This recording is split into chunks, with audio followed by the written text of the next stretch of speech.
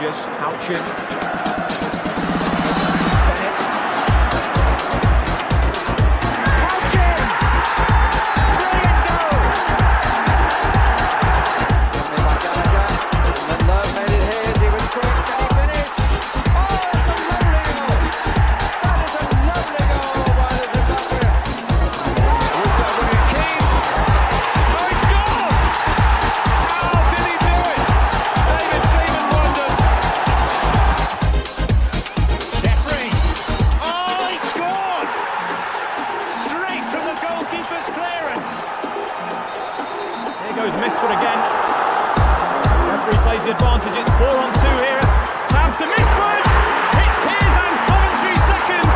Coventry are looking to add a second goal. A fine pass and a fine goal as well. George Thomas puts Coventry 2 goals up. McNulty. Shipley there up with us. And Shipley deflected!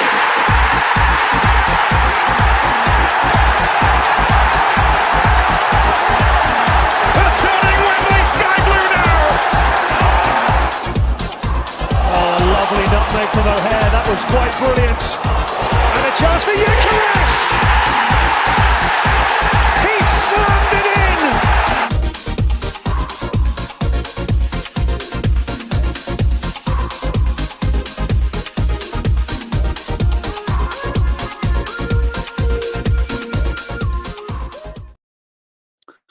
Hello and a very good evening. Welcome to Sky Blue Fans TV. We're here tonight to discuss the Luton Town 1-1 draw. I've got a few guests lined up. We're going to bring in just a moment. We've also got the Millwall Pod, Micky from the Millwall Pod, coming on around about 8 o'clock-ish. He's going to discuss everything Millwall, who we play, of course, on Tuesday night. So, yeah, that will be coming up later on about 8 o'clock. Let's bring in our guests. Neil, good evening, Neil. Hi. Good evening. How are we, mate? All right? I know yeah. In the middle of a very, very busy football week, aren't we? It all starts with the other night at the tavern, and on we're going right through to next Saturday. Absolutely, mate. Yeah, and hopefully we can pick up some points along the way. All going well. Fingers crossed. Yeah, fingers crossed. Good evening, Claudio. How are we, mate? I'm good, thank you. Good. Well, thank you. Are you? Good. Yeah, not too bad, mate. Thank you very much. It was a good night on Tuesday. Yes, I noticed that behind you. You have to take it to the stadium, which I should do, really. But you should really. Yeah, it's very good. It's a cracker, isn't it? Who did that for you then? Who did that? Ross. Oh, right. Ross. Okay. Yeah. Ross Bushman, yeah. Very good. He's a good mate of my son's. So they play football together as well. So. Okay. Yeah. Yeah, at Coventry Albion. But, you definitely take it to even some away games. You should take it to. Yeah. Get it on display. It is a cracker. And the 4 stars because we won 4 World Cups. Anyway. Of course. although they weren't in the last one, were they? Unfortunately. No, on the one. Can't ignore those. Okay, right. We'll come back to you in a minute or two. That's going to bring in Victoria from Sky Blue Fans TV. Hi, Vic. Hi, Ken. You all right? How are we? All right? Yeah, good. Thanks. Like Neil said, it's a busy football week, isn't it? So yeah, it's been a very busy football week over the last few days for us. We had, of course, the tavern night, meet the players on Tuesday night with Dabo. You were there as well yourself. Yeah. We were all here actually. Everybody's on here. We were there, weren't we? Yeah. Dabo and Heyman, which is very entertaining. We all enjoyed that night, and then of course they had Bedworth had that spectacular one, didn't he, with Doug King and Mark Robbins? On Thursday. I didn't know much about that until sort of last minute, but that was a good night by all accounts as well. Some interesting comments came from there, and then of course we had a game on Saturday where we managed to pick up a point against Luton, which we'll discuss now. Okay, let's start with Neil then. Team selection first, Neil, for the Luton game. Was it about right? I know we had a bit of a dramatic. Yeah, I think so. I mean, driving over to the stadium, you're poised at 2 o'clock. The passengers in the car, Twitter. What's the team going to look like? And we felt quite positive about it. I think it was refreshing to see the opportunity to do 2 up front. we can talk about that. But personally, I think it worked. I think it needs time to develop.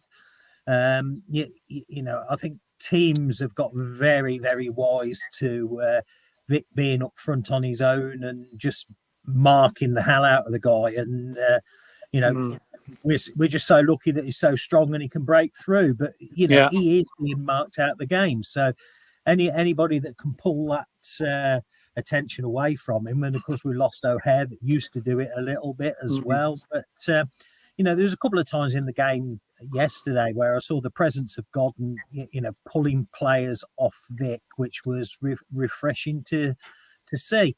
I think the one that sort of stood out on reflection yesterday, and I can't criticise the guy. Yeah, young lad, gaining experience, and let's hope he did gain some experience from it, was Eccles.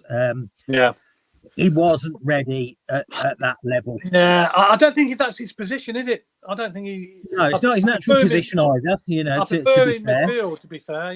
But he'll do a job for you in an emergency, but it's not long term. It's not the answer. Well, I mean, we can't forget the strength of the team that we were playing and their league position yesterday. There was some quality on that field, but they're a very, very physical team. And I'm afraid young Josh got bounced around a little bit, didn't he? He did. I mean, it was a bit of a shock to start with when we lost Ben Sheaf, didn't we, with the warm up? Yeah, he was on the team sheet, and then all of a sudden he wasn't, and then obviously Casey Palmer had to step up, and he did all right. To be fair, Casey Palmer, He did. I like Palmer. But let's for Ben's health. Let's hope that wasn't too bad injury. He's bound to have a couple of games out now, so we'll miss him. Miss him badly. But no, Casey did a job for us, and worked well. And the team, that early goal, you never want an early goal against you. Certainly not that early. Not that takes early. The wind out the sails. A lot of people missed it. They built and built and built.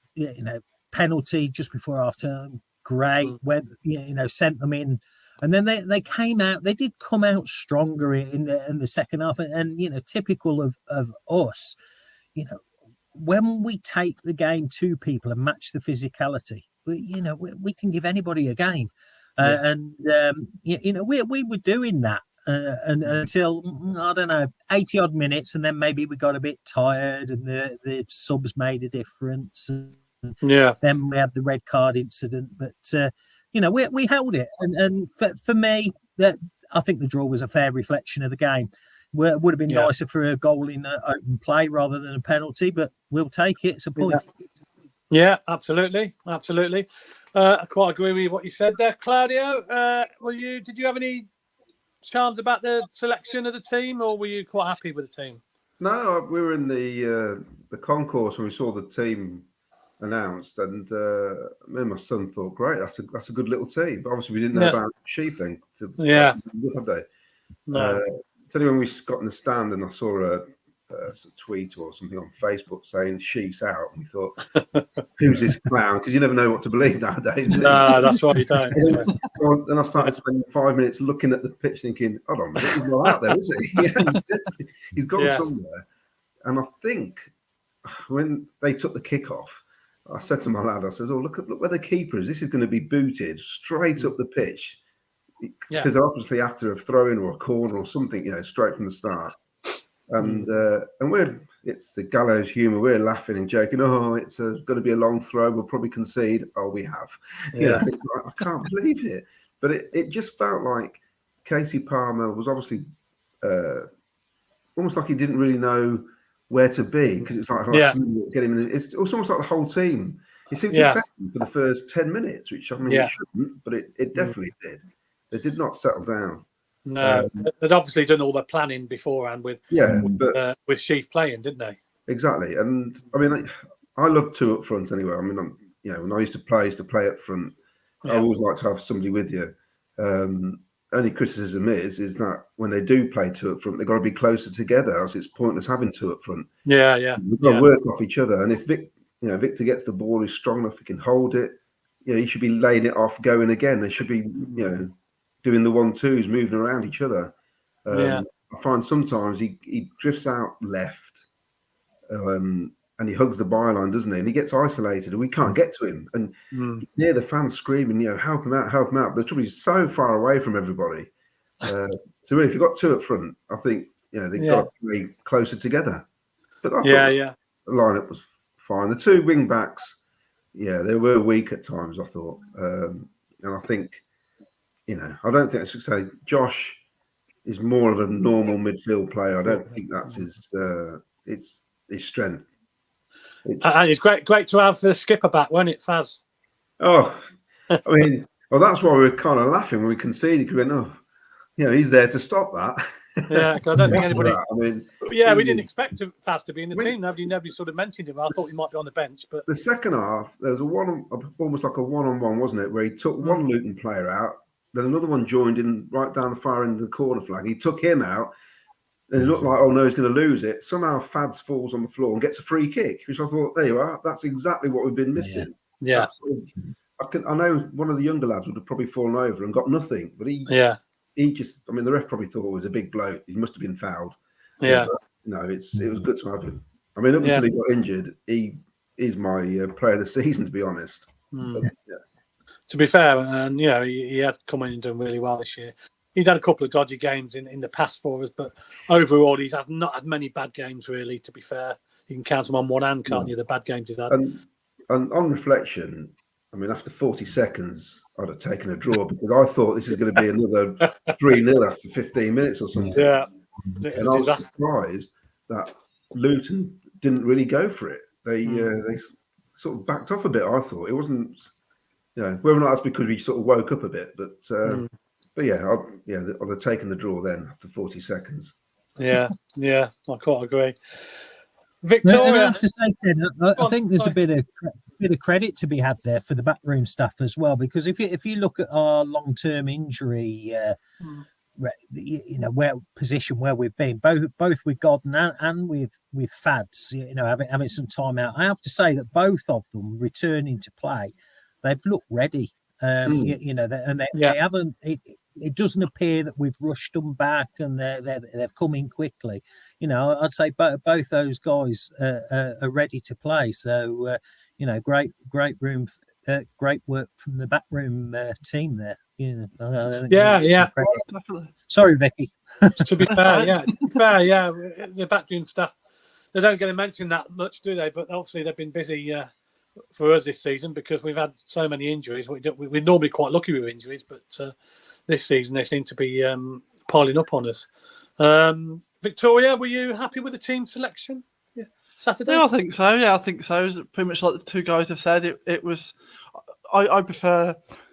I think I can't remember if it was Neil or Claudio who said this. I think a lot of teams have worked Vic out now, and we're just struggling with him up front on his own.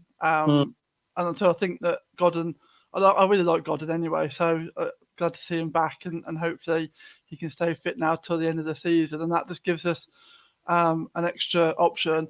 And I thought that as the game went on, that sort of dynamic of Vic, Godden and Palmer, it was actually quite exciting. And it was when they were working together and pushing on to Luton, that was actually putting them under a bit of pressure, and we haven't had a lot of that really, have we? Because Vic could only do so much on his own. So I quite liked that dynamic. And so I mean, that was obviously a forced change because of Sheaf being injured, but I actually quite liked it. And maybe in some future home games they might try that again. And because you had, like, normally you've got a Vic running around trying to chase everybody down on his own, whereas you got Palmer backing up, Godden backing up, and it just meant that we were like quite often trying to win the ball back a bit higher up the pitch, and that's better all the time, isn't it? So that was good. Yeah. Maybe I was just delighted to have Faz back in there. It gives you a bit more reassurance, doesn't it? At the back. Well, that incident Claudio said about that was right in front of me because that's where I sit, and that he was. I mean, it's just that intelligence, isn't it? That intelligence, knowing what to do. Like clear it when he needs to clear it, and not mess up with it, and get rid basically. And he did that. He did that well. And against Luton, of course, they're like a strong physical side, aren't they, Luton? They're always a niggly side, and and they've got clever players, and so you need a clever player that knows how to react to that, don't you? And sometimes the kids just get Doyle, I think, is an excellent player, and I think he's going to go on to be a star in the future. But they're still learning the craft, aren't they? And so occasionally they just make the wrong decision. And so just that sort of that intelligence of having played as long as Fads has just helps sometimes. So, absolutely. Doyle played a superb pass to Robin, which led to the penalty. Yeah, he did. Fantastic. What missed. It was when he can do that. Yeah, and when he does do it, it's great. He can knock those crossfield passes. It's like a De Bruyne sort of. Yeah. It was. I was like, wow, it was fantastic to be fair. It's the ones that are 5 yards in front of him. The ones he has problems with. Let's go back. Yeah, exactly. I was going to say McNally was good as well. I thought. McNally was outstanding. He's a brilliant player. I mean, I think he's been a brilliant signing for us, and I think we've probably got a great chance. Maybe if Burnley go up, with all due respect, I don't think he'll get in their team in the Premier League. Maybe he might become available. You never know. It might be an opportunity for us to get in there and maybe get a deal done, because he's an excellent player and he suits our style of play, doesn't he? Because any team that goes up will want to be buying players to keep them up, won't they? So they'll be looking for almost guarantees, won't they? So that's a bit like Forest trying to do, bringing in experience. So we'll have a chance. Yeah, I think we've got a great chance of obviously with him being here already. I think we've got a great chance of him maybe joining us in the summer. Hopefully, you can get some sort of deal worked out. Let's go back to the goal then, Neil. Everybody's just getting in their seats, already nice and comfy, and a long sort of throw in, and a couple of deflections, and the ball's in the back of the net, isn't it? Very, very difficult to. Are you frozen, Neil? Neil's frozen, is he? I think he must be. Yeah.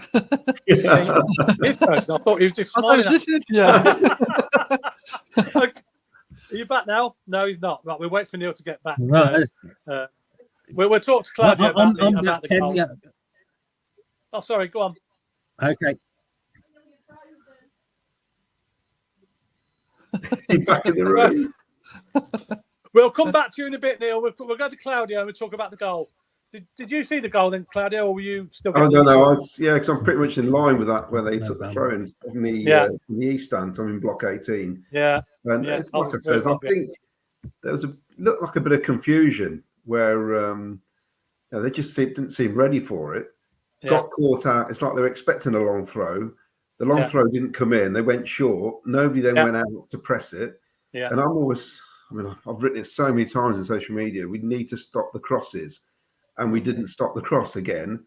And there was confusion. Casey sort of stuck out a lazy foot, didn't he, really? Yeah, it wasn't the best. No, and it knocked it past everybody. And then it's anybody's. It could have fallen to one of ours. It could have gone straight to the keeper. And it just so happened it landed at their centre-arse foot, basically.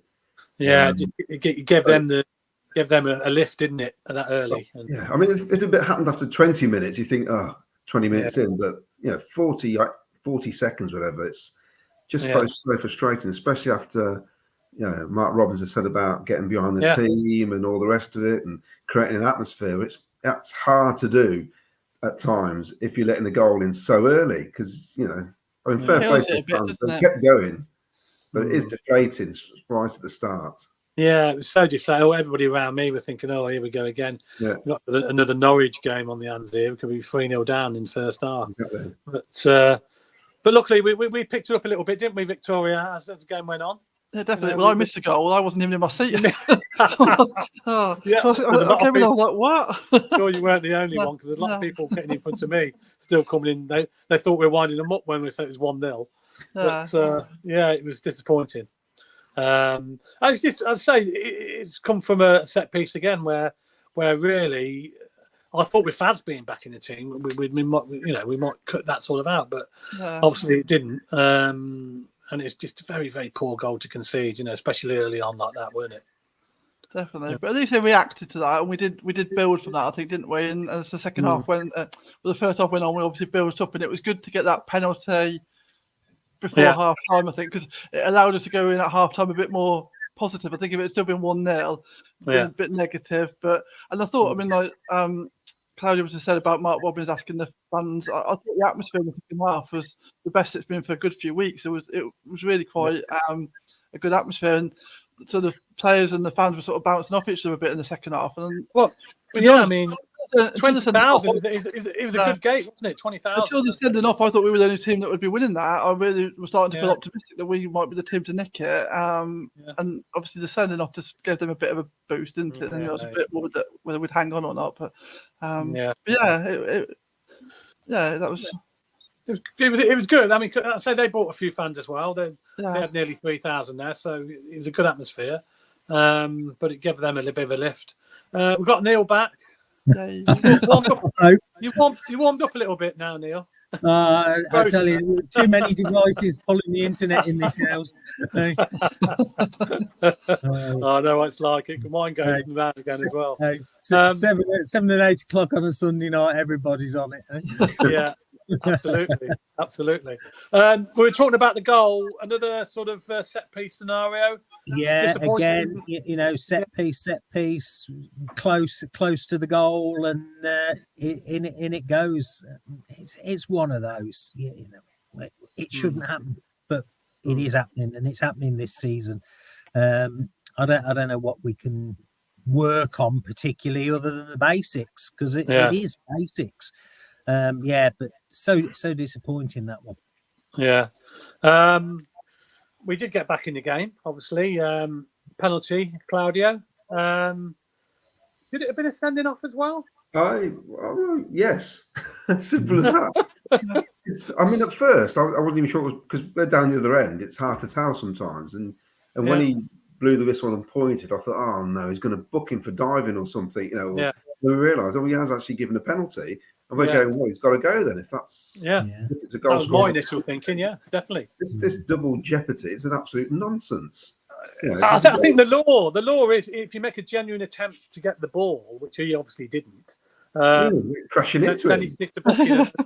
But he obviously, When I saw the highlights last night, I thought, well, no, he's took him out there. That's a sending off. Yeah, and we've had lesser ones than that, and we've had our players sent off. Yeah, Mark Robbins made that point, didn't he? I saw Mark Robbins gave an interview, and he said that he doesn't know, but it seems that we always get the player sent off in that situation, but never in reverse. Like we're always the team that. And so it's like the other way around. Our player would have gone, and you just think it's just not consistent. Like there's never no consistency.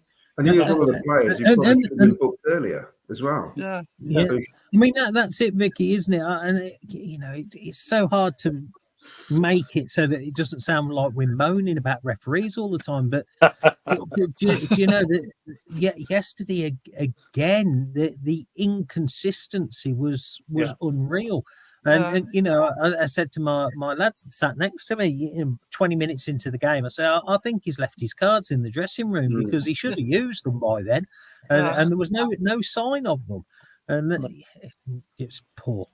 Well, yesterday in the Premier League, at one of the games, some shockers which were given by VAR, and one of them was by the guy who actually is in charge of VAR. And now they've come out and apologise for the mistakes. Isn't it? They've got the best opportunity to make that decision, and they're still not getting it right. So, I don't know. I don't like the championship. It's shocking. I mean, at the end of the day, you clearly should have. How they ended up still 11 players on the pitch at the end of the game, I'll never know, because, and then to make it worse, of course. Well, let's just have a look at the God.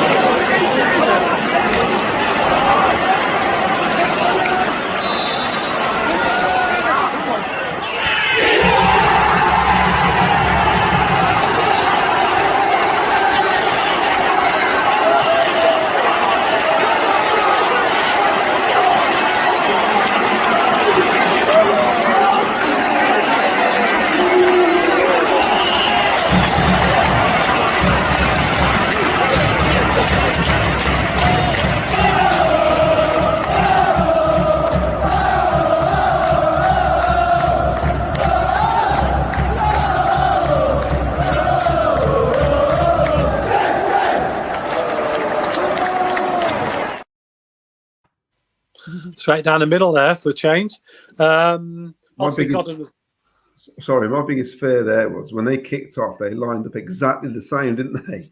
They did. I thought, oh, please don't concede straight away. Here we go. But it went up and cleared it. It came at a great time, to be fair. It came at a really good time because just before half time, it's a good time to score. Puts us in a good position for the second half. Obviously, with Godden back, it was nice for him to get back on the score sheet again, wasn't it? It was straight down the middle. It wasn't a great penalty, but it was straight down the middle, and then he went in. That's what made it. And that's what mattered, didn't it? Really. I think he just waited for the keeper to move, didn't he? He did. Rarely misses. You feel confident with him, don't you? You feel confident if he's going to take a penalty.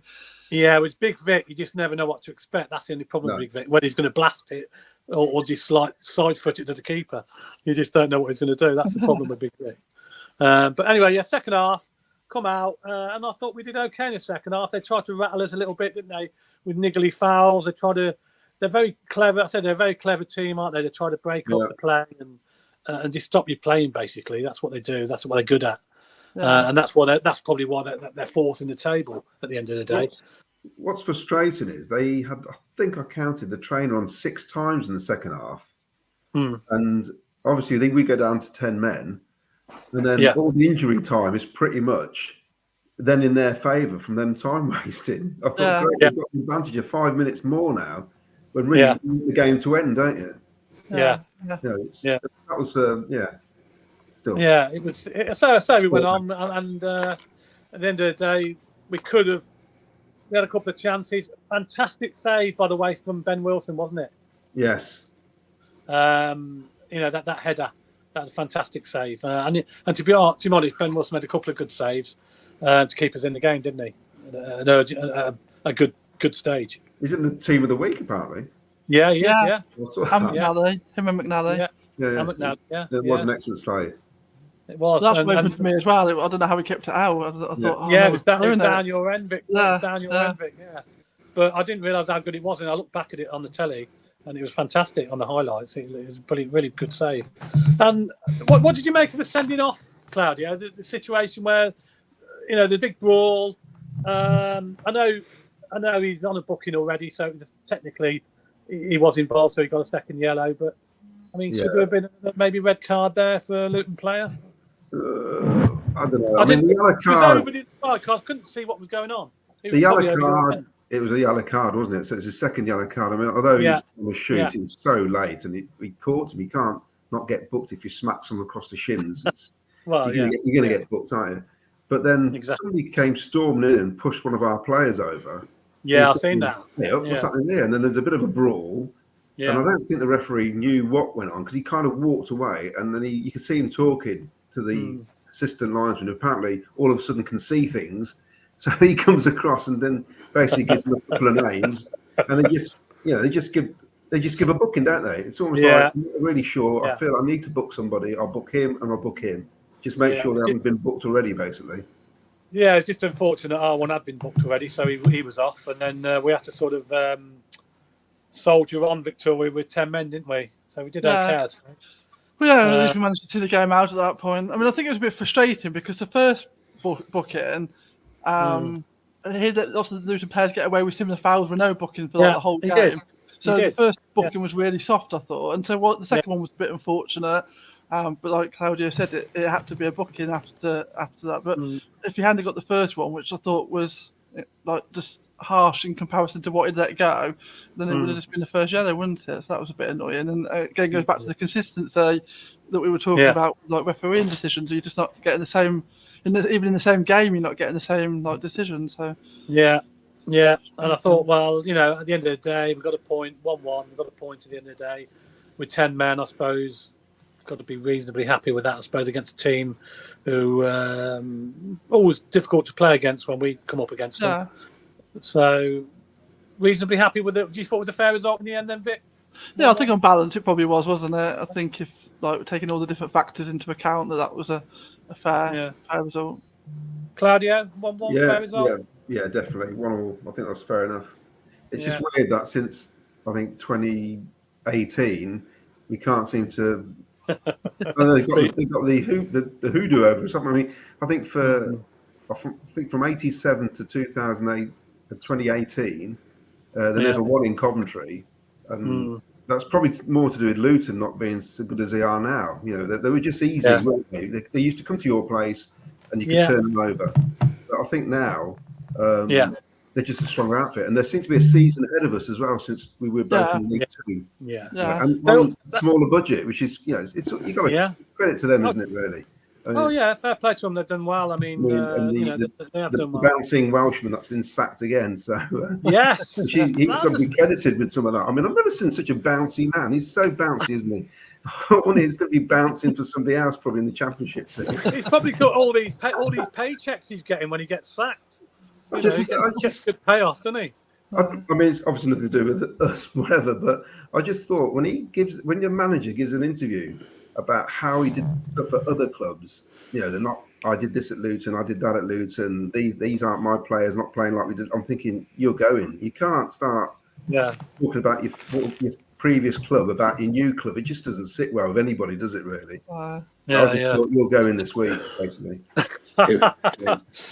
Right, we're just going to bring in Micky in a moment. Micky, we're just going to have a couple of these comments that have just come up. We were good in second half, says Webby, Paul Webb. More mixed up, I've seen it. That's obviously about the goal.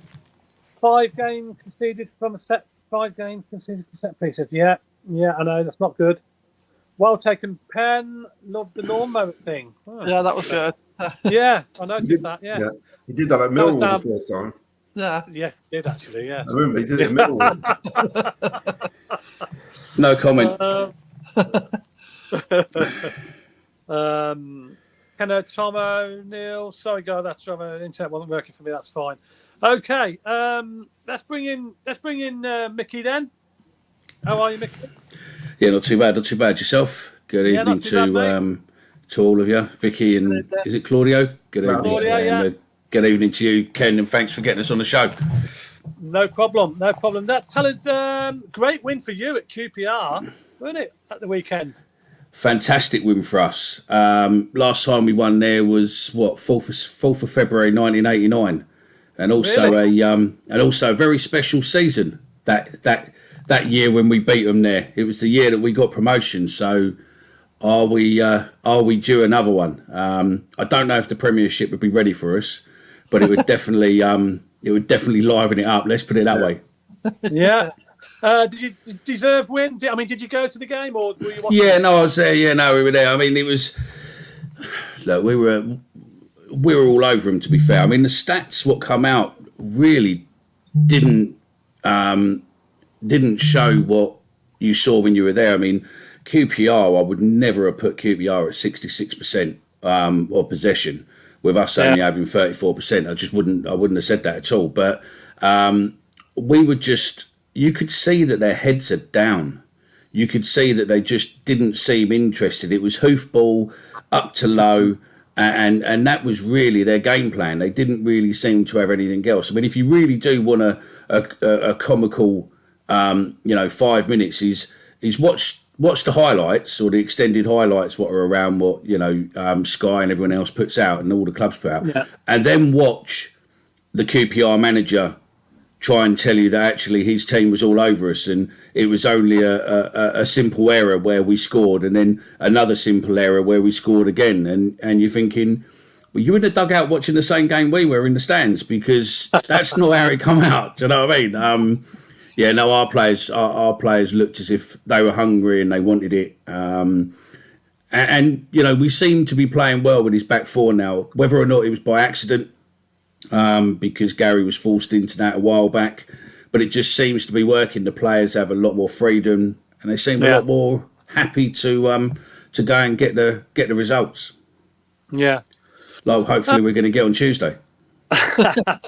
Yes, you won at our place. Did you win at our place last year? I think you did. You won 1-0 if I remember. Over Christmas time. Yeah, we played. Yeah, that was the day after my wife's birthday. And I bought her a ticket for the match. Oh, I remember that, Claudio. Yeah. I put put a name up on the scoreboard and everything. And it was, it was cold and miserable when we lost 1-0. Yeah, I do remember, because weren't that the game where we weren't sure what was going to go ahead? There was a lot of COVID about, yes, like that. And I think it can go, wasn't it? Yeah, because we were keen to get it on. I'm not sure if Millwall were for some reason. So we thought, oh, great, they didn't seem very keen to get this played, and we lost. Yes. Yeah, because didn't we have a game before or something where we had a couple of injuries, didn't you, as well, or something? But no, we're not Blackburn. We don't blame other items for not having people. No, I think we had COVID a week before or something, or a couple of weeks before, because it was during international, wasn't it? It was just after or just before the international break, wasn't it? Yeah. But no. Blackburn was the best one.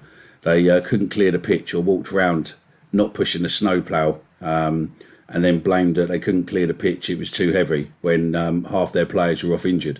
Yeah. Or their top player was off injured, and you're thinking, I understand why you want it delayed. Yeah. What players we've got to look out for then, Mickey? What players have all of them your attention this season? All of them, to be fair, no. Danny Mack is always, he's one of our own. He's Millwall fan through and through. He is getting better and better as each game goes on. Billy Mitchell and Saville in the midfield are a handful for anyone. And our two new players, we've got the Dutch wonder, which is the Birmingham Bearcamp, which is, or Burkamp even, if I say it right. He is on fire when he gets the opportunity. He will just put things away without much effort. But Burke and Watmore, both new signings we made in January, and they both got on the score sheet yesterday. I mean, Watmore's goal was a screamer. So top corner, nicely taken, and just a shout out to my co-host Omar who picked Watmore and 2-1 score and won himself a lovely feedback from the bookies, shall we say? Yes, it's always nice to get money off the bookies, isn't it? Play with their money. Yeah. Well, especially as we were sitting in the pub before, and I went, I've got a feeling that Bert's going to score today, and just didn't take his one and my one and put it on. So here's what it is. I personally, I think your game's now coming to us as a must-win because we've got Sheffield United and we've got Burnley afterwards, and those games are pretty much, if we can get a point out of them, it'll be brilliant with our game in hands as such. So that's realistic, but I think most of ours are okay. I mean, one of our guys on the show really doesn't rate the big German, but I think that you don't want to underestimate him. He's a big lump, and if he gets an opportunity, he can cause you problems. But again, the back four are unstoppable. Danny Mack, Cooper, Creswell looks as if he's a different player now. The young lad we've got from Leeds, the last few games he's really found his feet. He's not making simple mistakes like he was. And Cooper again leading that line, and Murray Wallace as well. They're just, it's starting to be a great, we're going into this second half where potentially we can start believing now. Yeah. Oh, I mean, you've done fantastically well. I mean, to be up there. I mean, did you expect anything like this at the start of the season? Obviously, you've got a different manager as well, haven't you now? No, we've still got the same manager. We've still got Gary Barry. Yeah, we've had him for about the last 3 years. He's always made us finish roughly, sort of 9, 10, 11, so around that area the last 3 years. And he's saying he wants to go on and push on and all of that. And we're moving. But the problem is that until injury struck us, he was always playing either a back five, back three. He was always playing a more defensive type system, and we just didn't have the players to be able to do what he was trying to do. And then we were forced into sort of the accidental back four with the wingers and the midfield and everything else. And then all of a sudden now the players can play. And they're gelling really well. We've got some speed coming into the team, and we can start causing problems. As in before, we were so obvious what we were doing. You know, anyone could break us down fairly easily. You knew it's back five. yeah, we'd take it. And that was home and away. You know, we were just playing dreadful, and everyone was getting on Rant's back. But now it's as if the haters' arms is definitely closed, and people are starting to support him. And could it be the season? Because realistically, if you look at the league, it's wide open. Absolutely wide open. Well, the match at your place when we went 2-0 up in about 25 minutes, and we thought, hey, this is going to be a great away day. And I was thinking 3-4. We started magnificently. I know our keeper then dropped a clanger and decided to run to the edge of the box to try and catch a ball he was never going to get to, and let you back into it. But then I think you brought Savile on, and it changed. He changed the formation around a bit, and we just didn't respond. Hamer then gets sent off, and you deserve. Hamer got sent off. Yeah. Millwall deservedly won it 3-2 in the end. But I can see what you mean by the fact you're playing the 5 at the back and it wasn't working. Because we exploited that on the break. It was easy. Lots of teams were doing it. It was easy, but the trouble was that Gary wasn't seeing that because he's very defensive. He wasn't clocking it till too late. So we'd do late substitutions or change formation. But now he's changing formation mid-game. Some games we've gone through where he's changed the formation 2 or 3 times. Yet the players take it on board and know what they're doing and go, right, we'll have some of this.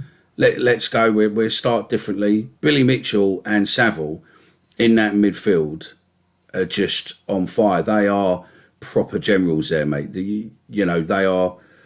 Billy's still very young, but he clocked up his 100th game for us yesterday, and again a homegrown talent. But he's just getting better and better and better. Within the next couple of years, he will be a Premiership player of pure class. He's slowly getting there in the development, as long as it keeps going the way it is. He's a phenomenal player. Hopefully he never goes, he stays with us. But obviously, all these players want to play in the Premiership. It's a must-win game, I think, for us. We can pretend it isn't and go, we'll just come up, it'll be a draw. But realistically, we need to get those 3. If we want to make a push for the top positions or even the playoff, then Will that be 3 away wins on a trot? I think it will be actually. Yeah, we've got 2. If we win against you, then it'd be 3. There's only one of your players. I don't really know a lot about your players, to be fair, but there's a guy on our show. I'll just read it. Sorry, I've just seen your comment there. Someone's comment there flagged up. Sorry, because we do these. Yeah, we do these, and it's a habit of you read the comments and then you go, right, I'll leave them for a bit, and then if there's a good one, you suddenly go there. There's your fella up top who's a striker. One of our guys on our pod called Chris reckons that he reckons that he's the best player in the league, and we should try and get him off you. But I don't know many of your guys, but no. But listen, I think you're doing well at the moment. You're okay, but you've been through the ringer again and again and again with you guys. You just need someone to come in, buy your stadium, fix it all, keep it going, and just give you some, stability, and then off you go. At least your stadium ain't falling down like your arch rivals, so you ain't got nothing to lose there, and at least you're not sharing the ground again, are you? No. Well, no. I mean, that's what I mean. We had an awful start with the pitch problems and the ground problems and stuff like that. So we were always playing catch up at the start of the season, unfortunately, because nobody expected that sort of thing to happen, which happened. That was due to obviously being part owned by a rugby club, Wasps, who have now disappeared, thankfully, and we got our pitch back, got our ground back, and the pitch is looking in good condition. So hopefully we can take advantage of that now. But we had an awful start, but I'd say we've caught up now, or just about. But we've had injuries as well, which is we've got Callum O'Hare, one of our main kingpin, if you like. He's out at the moment. He's a major player who's been out. Because he's a player that creates everything for us. So we've had to struggle to come with him being missing. But we've just got a few players coming back from injury with Godden and stuff. We've got a couple out. We've got Hutchinson out for a couple of weeks. We've got a new guy we signed January the 1st, who's out with quads, and he'll be back in a couple of weeks. An Irish lad who's we haven't seen him play yet, and yeah, we've had a couple of other guys, but no, I mean, we're a bit flat with the signings we made. I mean, I don't know how were did you make signings in the window or not really? Well, it's not quite what we thought we were going to get a couple of experienced players in. Yeah. And in fact, we got more young lads, basically. We got one experienced player, Maguire from Preston, but he's played about 10 minutes so far. Yeah, we haven't seen a lot of him. Yeah, we're a bit frustrated. But, I mean, where we are now, because I don't know if you know, we've got a brand new owner. He's taken over Sisu. Well, he's took over from Sisu. They sound like they're promising things in the future, but we've got to do things slowly, basically, because of financial fair play. You can't just, buy anything. Is it still... Mike Ashley went in and brought the stadium, didn't he? Yeah. His group's got the stadium, and today they actually took down the Wasp signs from inside the stadium as well. Oh, did they? Yeah, it was good. So, it's great because you sort of sit there and you're thinking, get them signs down, but hard enough. Yeah, but we obviously we've got a show coming out with one of you guys, and we use for the graphics on it, we use a Google where it pans in and flies round your stadium. To show off the stadium for the title credit. And I was watching that, editing up that over the last day or two, and I'm looking at it going, there's still wasps on there. This must be a really old feature. Yeah, unfortunately, yes, it was on there. But yeah, I mean, we're all delighted, obviously, that happened and they've finally gone, because it was causing a lot of frustration amongst the fans and that, with them still being there. We've got a new Mark Ashley owns the stadium, but I personally think he'll end up owning the club eventually. I think he'll buy it all of it. Good or bad thing? Because he's very good at business. He's just not very good at getting on with the fans, is he? Yes. I know. And he doesn't like spending money. No, but I think up at Newcastle, I think the expectations were a bit higher than ours will be. He only has to invest a little bit of money here. Wouldn't have to invest too much. Newcastle fans are very, they wanted this, that, and the other, didn't they? Promise the earth. But so maybe it'll work for us. I don't know. It'll be interesting to see. But at least we know, we've got a secure owner and somebody, we're back to owning the stadium as well. That would be the more so much. In the Premier League, in the Premier League, you spend 100 million, you may get out the bottom three up to halfway, which is what he was doing, wasn't he? The Saudis have come in and spent 260 million, I think, in a year, and that's what it does to your squad, basically. I don't think he was ever prepared to do that. Basically, you're not going to lose money. No. I mean, we're all putting. I mean, our manager since the time, our owner since the time he's owned it, has ploughed in about 120 million. He's ploughing us in for probably $1.5 million a month thereabouts, so a good 10+ million a year. Just to keep us, afloat and keep us going. Our wage bill's gone up, but realistically, across the other teams in this league, we're probably 60% of their budgets. There's no way we're going to be competing with the likes of, Burnley and Sheffield United and teams like that. The top of teams, because it's just too much hard work. Yeah. Andy just made a comment about time them signs went. Yes, I quite agree with you, Andy. I'm surprised no one took them down already. I'm surprised there weren't no Coventry fan with a high and just went up and took them all down. Yes, I think that was threatened on a few occasions. I think by various people. I think I've been to you. I think I've been to your stadium more times. I think I've been to your stadium more times than any other stadium in the country, but not to watch a game of football. I've stayed there. I've stayed there and looked out the window and seen the pitch and seen people running around the pitch. And I've been there for, loads and loads of plumbing exhibitions and stuff there. But I've never, I don't think I've actually ever seen one. So Well, I've seen us play Bristol City at home at 5 different stadiums, which is bonkers, really, isn't it? How is it? Including.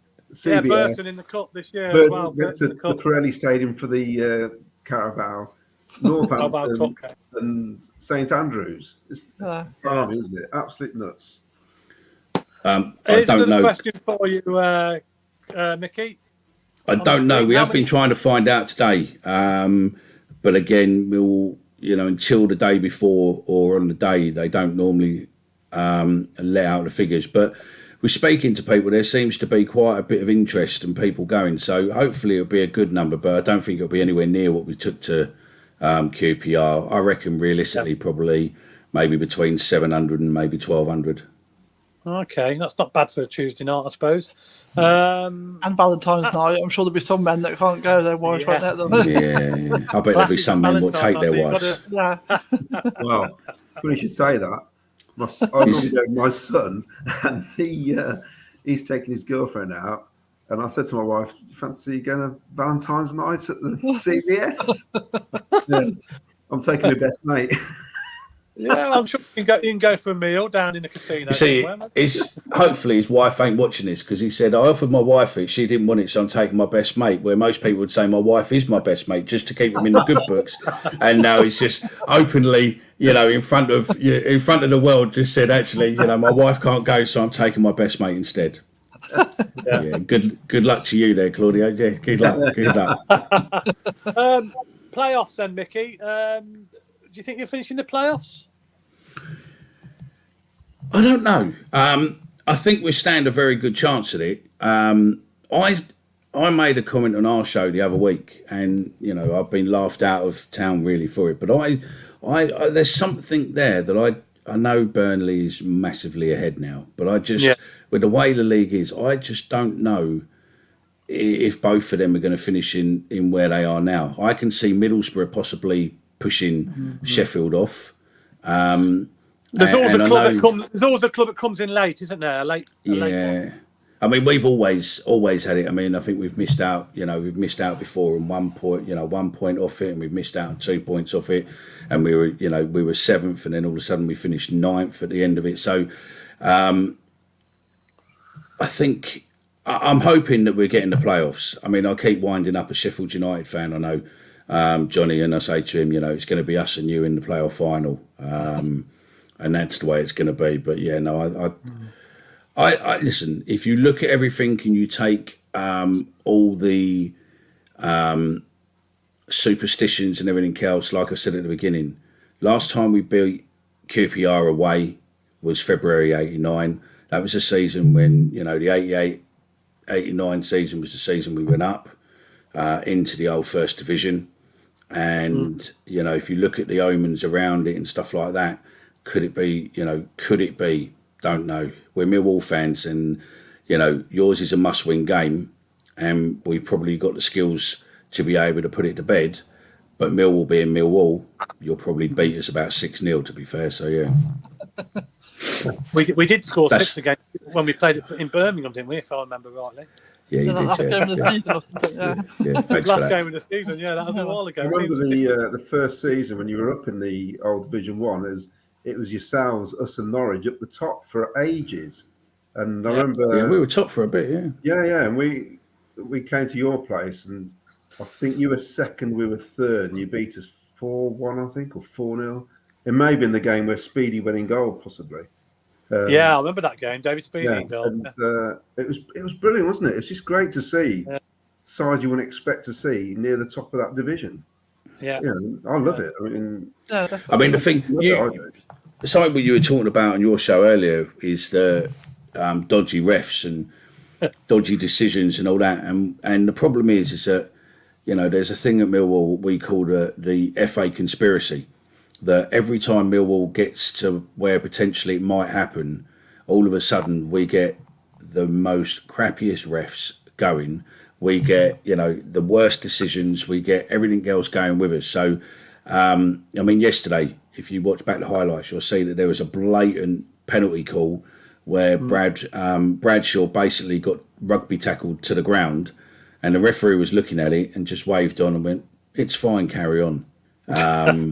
It was literally grabbed hold of and thrown to the floor, and it was like, no penalty, off we go. And you just think, we've got more of them, because let's be honest, the FA and the elite of the Premier League do not want us anywhere near it, and they're so desperate at the moment with the government getting their hands on the Premier League that they don't You know, they don't want anyone near it to ruin it or anything else. So, How disappointed if you go up and West Ham went down? Mate, how disappointed will we be if we go up and Everton, West Ham and Leeds all come down? That will be absolute chaos. We'll be praying for every cup game to get them in a draw. Yeah. I've been listening to stuff and I'm thinking they're going to be so frustrated if that happens. Absolutely. We would be, it would just be our luck that we'd go up and then those three would come down. And just, you know, form off. And the problem is, it would be, we'll go up and we might come down the next season, which I think we'll probably only be there for one season, to be fair. And we'll make loads of money on it and then all the parachute payments. But it would be our luck that we'll come back down and then those three would go back up. Or West Ham will go down even further and do a Charlton and drop right down, or a Sunderland and drop down even further, and maybe Everton. But yeah, I don't know. I think Everton will probably escape it, to be fair. But yeah, it would definitely be, if we got promoted, it would definitely be a few good away days, shall we say? Interesting ones. Yeah, that was very, very. Message on the screen was obviously about the ref yesterday again. Carl reckons it should be dropped to non-league.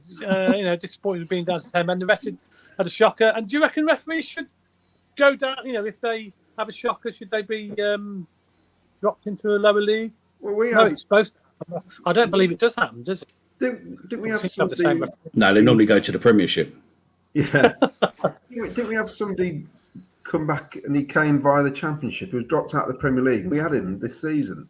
I know you're on about now. Yeah, I can't think of his name. I remember his name now. What's his name? Yeah. Was it Madley? Could have been Robert Madley. Could have been. It was awful. It was awful. Yeah. And I find that, I'm not sure, because they ask when we do get the Premier League referees, whether or not they're so used to having the backup of VAR that they don't seem to give the decisions that you think they would. Because obviously in the Premier League, they can let things go and go, well, it'll be checked, won't it? Yeah. Of course you can't. In the Championship, you have to make a decision. And I think that some of them struggle with it. They do. I quite agree. I totally agree. Yeah, I think the refereeing standards have dropped massively, and the problem is as well is that they don't use common sense on some of the rules. If the rules say this is what you do, then that's it. We had one last week. We had a goal disallowed because Saville was slightly offside, and then he was deemed to stand in front of the keeper and block his view, but the keeper still saved the ball. And you're like, a bit of common sense would have given us the goal. You know, where the goal, he saved it first and then it got knocking. You should have given us a goal, but no, we got disallowed and because of offside. But the linesman, again, took about 5 minutes to make the decision before he started waving his flag, and the referee suddenly, my earpiece has gone off, I need to have a look at this. But yeah, they seem to be bullied a lot this season, don't they? Yeah. Have you seen that? I don't know if it's happened at your ground where, you know, something happens and then the opposition just suddenly swarms them, and then all of a sudden they make the decision and a card comes out. I heard today that apparently you can 2 players can go up to the referee, whereas before it used to be just the captain. Yeah. So what? You get 2 players, and obviously they can't decide which 2 it should be, so you get 4 players having a go. I mean, it should just be This when the Premier League get sent off, and it was because he was the 3rd player or something. I was there was something about that on Match of the Day this morning. Yeah, it is shocking, and I quite agree with all of you really. I quite agree about the standard of refereeing, very poor. I referee myself on a Sunday league, and some of them decisions, I know, unfortunately. But we will get crucified on the Sunday for some of the decisions we see at that level, you know. It's basic mistakes, some of them, isn't it, that they make? And there's only us on a Sunday. There's only me on my own. I haven't got any TV cameras. I haven't got any official linesmen, if you like. It's all club linesmen on a Sunday league. So I've got to make the decision myself, you know, on a Sunday. So I'll get a bit of stick, as you can imagine. But I don't get everything right. You know, I never say I get everything right. And we all make mistakes. I think that's the thing, though, Ken, isn't it? I think most of us can accept that refs will make mistakes and they might not see something, and no one's perfect. We can accept that. It's the inconsistencies and just the blatant misunderstanding rules and all that sort of stuff. Like, it's just like, and I don't know, favouring the bigger teams, all that sort of stuff. That's all the things that are frustrating. I can accept that a ref might make a mistake because he's missed something, But Yeah, it's just frustrating that he'll give decisions to one team that he won't then give to us, and you just think, well, that's not consistent. Or like Micky was just said about teams getting bullied. I think it was Sheffield United that were here when we should have had a corner. They all went round the referee and he turned it to a goal kick just because they moaned to him about it. That's right. I remember. We should have the Australian. We should have the Australian rules. You know how they all their refs are mic'd up and the VAR and everything else is explained and everything else, and it's double quick. Here, VAR next Tuesday we'll give you the result. You know what I mean? It's just crazy. I mean, I don't know why they can't make it faster, because if you've got an editor and everyone else running it, and you're knocking out the replays for them so quickly, then you should just literally either let play continue, then call play back, or stop it within 30 seconds. There we go. Yeah. And the decision's made and off we go. We do it in cricket, we do it in rugby, fine. Yeah. But I do like the Australia. If you guys ain't seen the Australian one, just go on YouTube and just type in mic'd up referees Australian soccer, and you'll see that literally every decision is spoken to the crowd. So you'll hear both sides, the VAR and the ref, talking about the decision. Have a look at this, do that. And then, it's a good system, but it ruins football, though, doesn't it? Surely football is about there. I mean, you're a ref. You know that, some of these mistakes, that's where we've had some of our, last-minute victories and drawn-out victories and everything else, or losses, last-minute losses. And they're the things that stick in your head, isn't it? That cold, wet day, that cold, wet night in Hull, where... we scored and it landed off his head and went in when he shouldn't have gone. We shouldn't have got that, but we got it, and that's what football's all about. I think, don't ruin what it is. We can put everything in place, but all you're doing is just ruin what football is. We go to football to forget about the world for 90 minutes once or twice a week. The world's a mad place, so we go there to scream our hearts out and give whoever abuse, whatever, sit in our seat, do this, do that, whatever it is. But we just go there to drink weak beer and overpriced sausage rolls and watch our team win, lose or draw. Well, we had 11 goals after 90 minutes last season. We had Swansea beginning of the season. We were losing 2-0 and we come back 2-2. And the only reason we come back 2-2 is a Swansea player scored, I think, in the 93rd minute and the 94th minute. Yeah. And then we got a draw. So it's like, thanks very much. We can't score goals, but we just get the opposition to do it for us. We had 11 goals scored, which led to either a win or a draw, which some of them was wild celebrations. Yeah. Like you say, can you imagine doing all that celebrating and then they go, oh no, hold on a minute. No goal. Yeah. Like toenail was offside or something. That was just so frustrating, isn't it? Yeah. I mean, back in the day, it always used to be the attacker got the benefit of the doubt, didn't they? And I think that should be the case. The attacking players should always get the benefit of the doubt. Any hairline decisions with feet or elbows, the attacker should always get the benefit of the doubt, and that goal should be allowed if your elbow or your hand or your leg or your foot is deemed offside, and that's what it used to be. And on a Sunday, that's why I do it. I always give the attacking player the benefit of the doubt. If it's 50-50 decision, if you like. But and I quite agree with you. I think there's room for improvement there with referee stuff. That's got to be worked on. Your man there's right, isn't he? The Mick Davenport there is saying, the bigwigs. It's true. They're just making it for TV, because what will happen? VR decisions will come in, and what there be, advert break. VR decision made, back from the advert break, and then you'll get the VR decision, and it'll be VR sponsored by McVitie's Biscuits or Bet365 or Paddy Power and all that. And that's what we're looking at. That's what it's all about. It's all about revenue. It's got nothing to do with clubs or football. It's all about, look how much power Sky now has. I mean, there's an interesting article out today where they're talking that there's a Swedish company what's possibly looking at football rights in the UK on TV. Visa play or something like that. Yeah. Hopefully, take some of it away. But, you look at it, Sky don't have the Premiership like they used to at the moment. Amazon's got it, BT's got it. All the Championship clubs now have walked away from iFollow and starting to do their own version. It's all about data. It's all about, money. It's all going down a different route. And eventually, mate, it will cost you £300 to go to a match or a tenner to watch it at home. Yeah, you're right there. I've got IPTV. I am not making any comment on that whatsoever. But the only word of advice I would give anyone who's possibly looking at that: don't buy it off Facebook, and don't buy it off Instagram, and don't buy it off TikTok, or all those statements of people knocking on your door. That will come true. Yeah, very much. Because the old Bill allegedly had taken over 10 Facebook accounts, didn't they, recently? And nicked 10 people who were selling them. And then everyone was applying for new ones. They were getting them all sent out. And then a couple of weeks later, they were getting a knock on the door. And you're like, mate, really? It's not a lot of brain sense, is it? Do you know what I mean? So, no. I've got somebody who agrees with me. Anyway, Keith Ray agrees with me. Because the strikers should all get the benefit of the doubt. Quite agree with you there, Keith. That's Keith from Canada, that is. Oh, it's Keith from Canada. Oh, yeah. All the way from Canada. That's true. Thank you for listening, Keith. Thank you for listening. That's true. I've heard that as well, because Apple are looking to do a new football-based app allegedly, and they're looking to get Premiership or other league footage so that then they can show goals and show highlights, extended highlights and stuff like that on their app. Don't know how true it is, but again, it's one of those things that you read and see.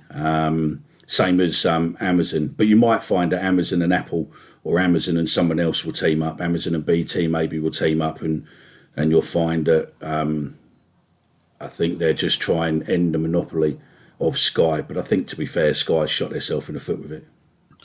Yeah, well, they overpriced it as far as I can see. I mean, they're just charging extortionate amounts, aren't they?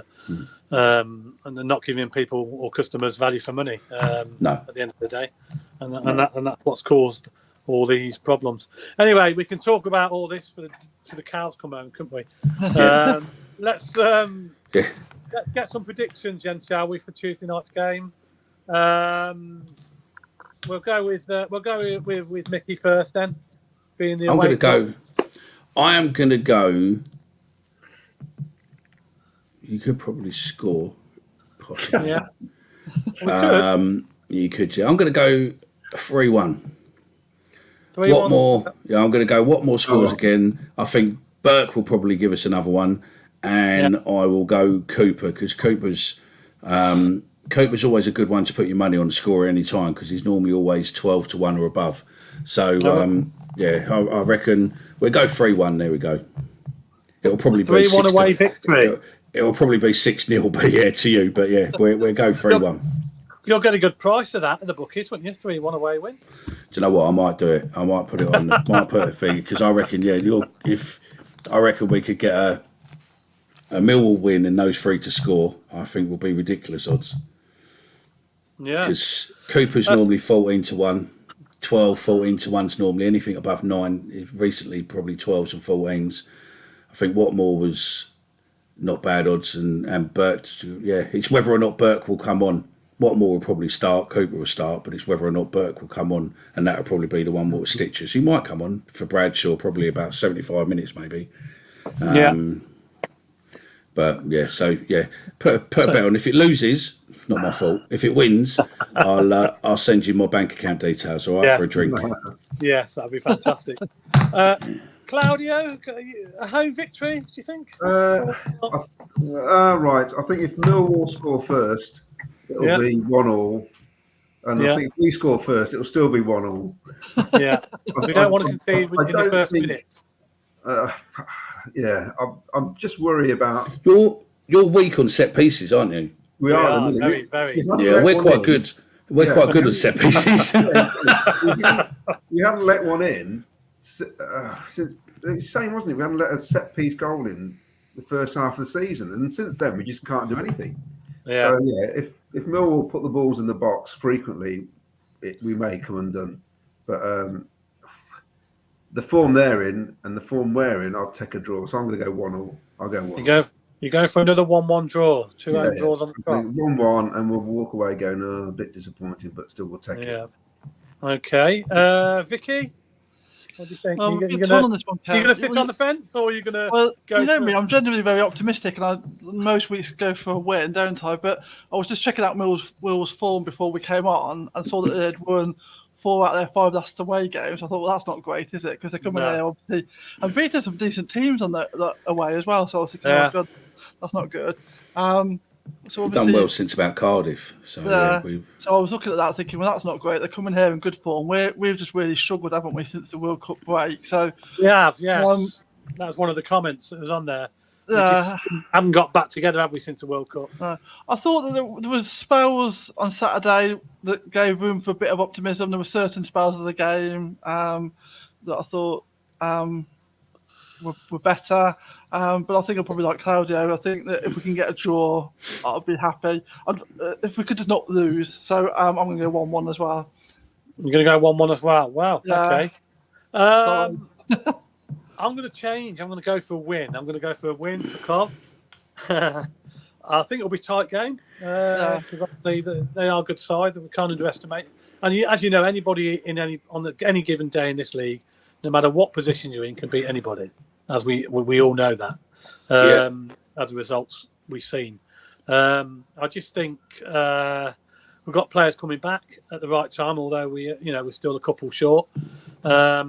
I just think I can see a cat in the background. Is that Claudia's cat? Well, cat. Put me off there. I'm going for a 2-1. I'm going for a 2-1 Cov win. It's going to be tight.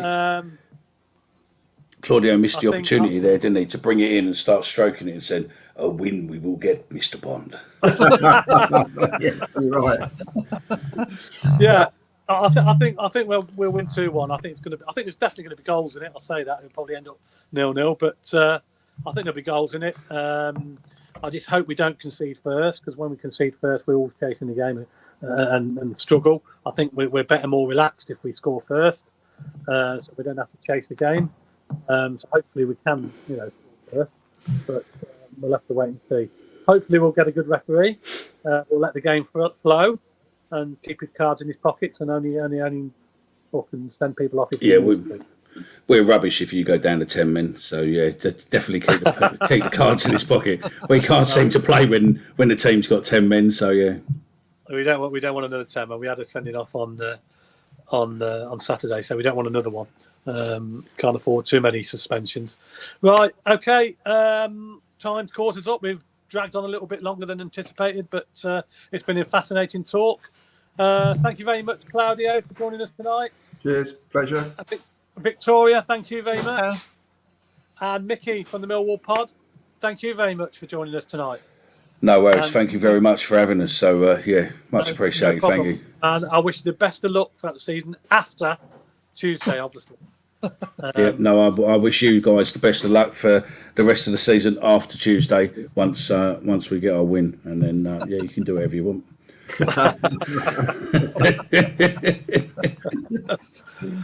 Oh dear! Right, okay. I'm gonna put the advert break on. I'm gonna come back again shortly after the ad break just to close the show down. But I'll thank you again for all everybody for joining us. We're going to have a little ad break now, and I'm going to come back on just to finish the show after the ad break. Thanks. Bear with me. 2, 1, 2, 3, 4.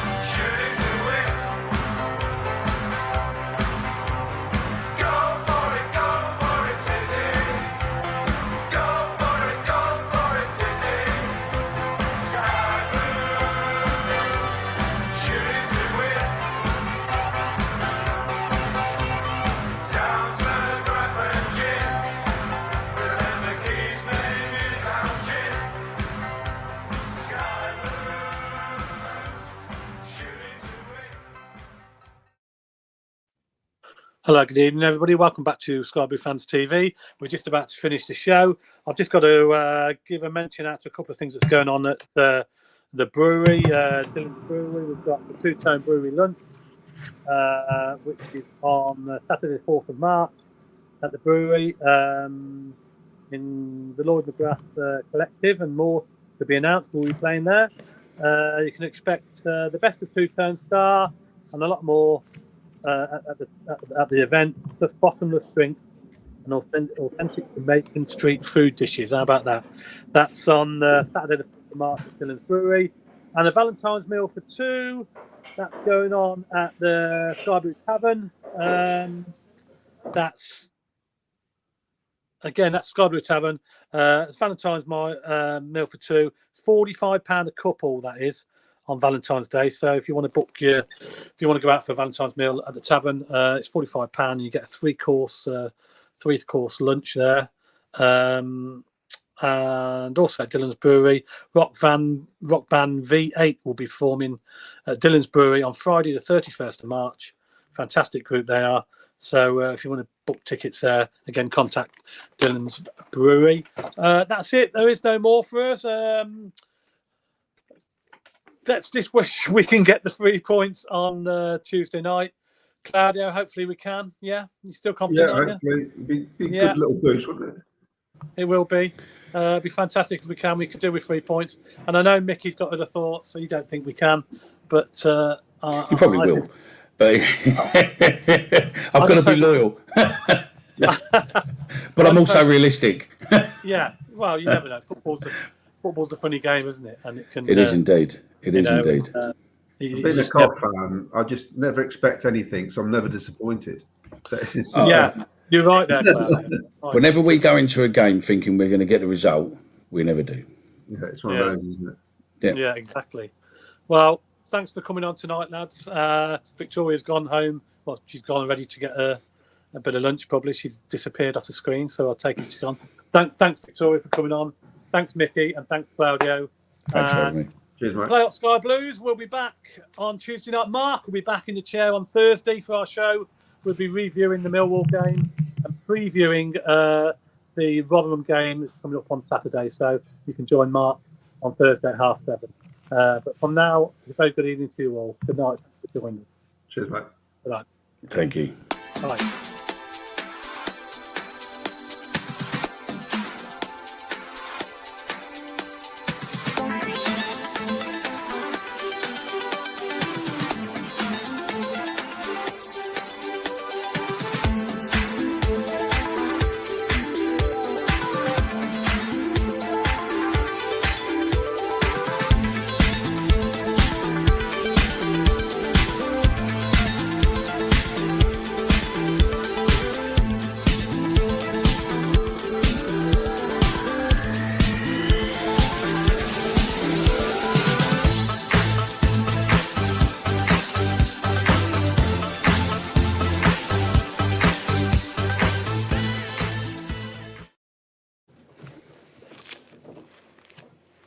We are fair now.